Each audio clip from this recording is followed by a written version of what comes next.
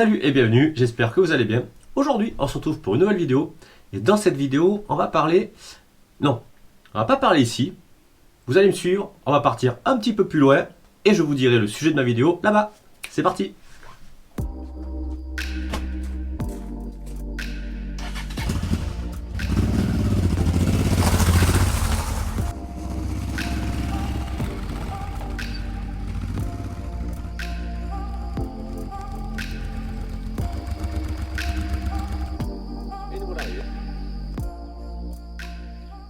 Nous sommes arrivés sur mon tout nouveau lieu de tournage. Ce sera ici en fait que je présenterai tout ce qui est carabine, tir loisir en fait, voilà, tout ce qui est en lien avec le tir. Comme on peut le constater, on est dans ma petite caravane qui a plus de 40 ans. J'ai mis un petit décor adéquat, un vieux pistolet à plomb, quelques petits dessins, des cibles, des pistolets joués. De l'autre côté, mon petit chevalet. Alors, on s'approche. Alors dans le salon, il n'y a pas grand à faire. 3 pas, on est arrivé. Donc on retrouve dans le salon la carabine, la Brandt 10 joules. J'en avais fait la présentation sur ma chaîne. Derrière moi, on retrouve une vieille carabine à plomb, la toute première de mon père. Donc elle n'est pas toute jeune. Alors la peau est fatiguée, elle ne fonctionne plus, mais je pense que c'est juste un petit souci de piston qui doit être fatigué. À voir plus tard. Donc, ouais, ça c'est un petit peu fané. C'est une belle fleur séchée. Comme je le disais, on se retrouvera ici pour parler de tir et tout ce qui est en relation avec le tir. Comme ça, ça changera de décor. Et puis au moins, tant qu'à faire, on profite un petit peu de cette caravane. On est sous les arbres, on est très bien. C'est parti! Là on est posé, ça y est, je vais débuter ma vidéo. Et donc dans cette vidéo, je vais parler de quoi? Des différents types de carabines à plomb qui existent. C'est-à-dire les différents systèmes d'armement et de tir. Voilà, en gros.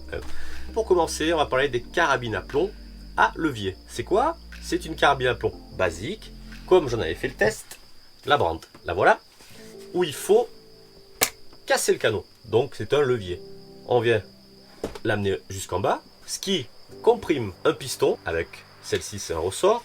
Donc on remonte, il reste en bas. Quand on appuie sur la détente, ça relâche le piston qui lui-même remonte à fond la caisse dans le cylindre et pousse avec l'air qui est comprimé par celui-ci le petit plomb.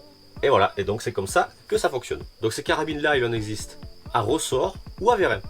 Donc le ressort lui vient pousser le piston et le vérin fait le même boulot. L'avantage du vérin, c'est la longévité et le bruit, parce que le bruit du ressort on l'entend légèrement, et la longévité parce que le ressort, à force d'être comprimé, devient de moins en moins efficace. Voilà. Et il arrive même que le ressort peut casser. Voilà. Bon. Ensuite, la puissance sur ces carabines, ça part d'à partir de 6 joules jusqu'à 40 joules. Donc jusqu'à 20 joules, du moment qu'on ait plus de 18 ans, on a le droit d'en acheter une. À partir de 20 joules, il faut licence de tir ou permis de chasse. L'inconvénient sur ces carabines-là, c'est l'armement. Voilà, pour le mettre, donc comme je disais, il faut casser le canon, on met un plomb. Hop, on comprime, tac, on tire. Une fois qu'on a fini de tirer, si on veut, pour faire un tir, il faut recasser le canon, armer, mettre le plomb, et ainsi de suite. Voilà, donc ça s'appelle du coup par coup. Donc ça, c'est le gros inconvénient de ces carabines-là. Bien que Gamo, ils ont sorti une carabine, c'est la Gamo Replay.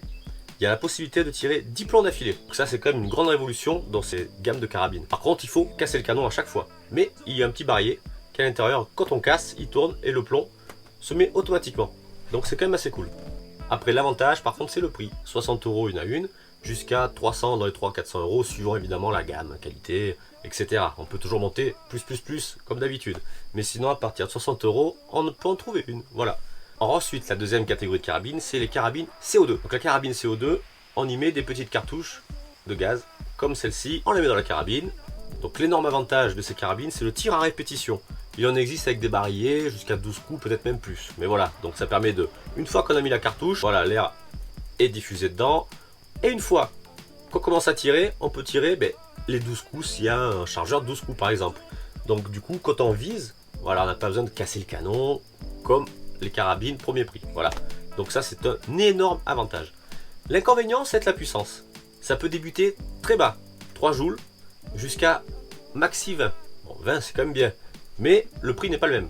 Voilà, c'est minimum 100 € pour du CO2, jusqu'à 300-400, voire plus. Donc après, ce qui est bien avec ces carabines, c'est que, point de vue style, ça peut être vraiment cool, parce qu'il y a beaucoup de répliques d'armes réelles. Donc voilà, c'est ce qui en fait aussi l'énorme avantage. Là, on va atterrir dans une catégorie qui est vraiment au-dessus des deux premières, c'est les carabines PCP. C'est en fait des carabines à air comprimé, mais haute pression. Dans ces carabines, il y a une bobonne d'air qui est située ici ou devant. Et en fait, cette bobonne, il faut l'alimenter avec une pompe manuelle ou un compresseur. Et la pression à l'intérieur de cette bobonne, tenez-vous bien, ça monte à 250 bars. C'est vraiment très très élevé. Donc une pompe à vélo basique, ça ne fonctionnera pas. Il faut une pompe manuelle pour pouvoir remplir ce carabine, haute pression. C'est minimum entre 120 et 150 € la pompe. Après il y a des compresseurs, mais bon le tarif est encore au-dessus. L'avantage de ces carabines, un peu comme les CO2, c'est le tir à répétition. Parce que du coup, on met notre petit chargeur, la carabine est chargée avec l'air comprimé que l'on a mis nous-mêmes.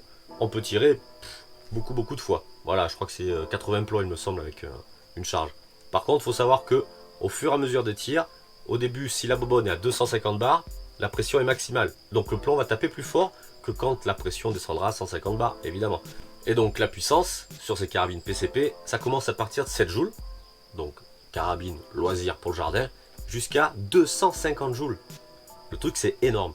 Un revolver 44 poudre noire, voilà pour vous donner un ordre d'idée, c'est environ 350 joules en puissance. Donc pour une carabine à air comprimé, 250 joules, là ça doit taper vraiment fort. Et là vous pouvez vraiment tirer longue distance, chasser et compagnie, là c'est vraiment du top. Par contre, voilà, à ce niveau-là, vous allez bien comprendre que les carabines PCP, l'inconvénient ça va être quoi? Le prix, parce que c'est minimum 200 €.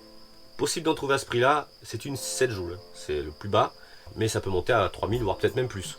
Donc bon, en gros, une carabine PCP 20 joules, vous allez la taper à peu près 800 €. Voilà, donc c'est quand même autre chose qu'une carabine à plomb basique qu'on va payer 100 €. Voilà, c'est 8 fois plus cher minimum.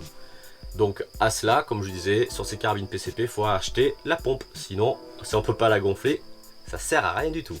Je ferai peut-être une prochaine vidéo sur les différents types de munitions que l'on peut mettre dans les carabines à plomb. C'est-à-dire les différents plombs qui existent et les différents diamètres. Voilà, parce qu'il y a plusieurs calibres. Mais écoutez, sur ce, je vous invite à partager, liker si vous avez aimé. Abonnez-vous et on se dit à la prochaine. Ciao.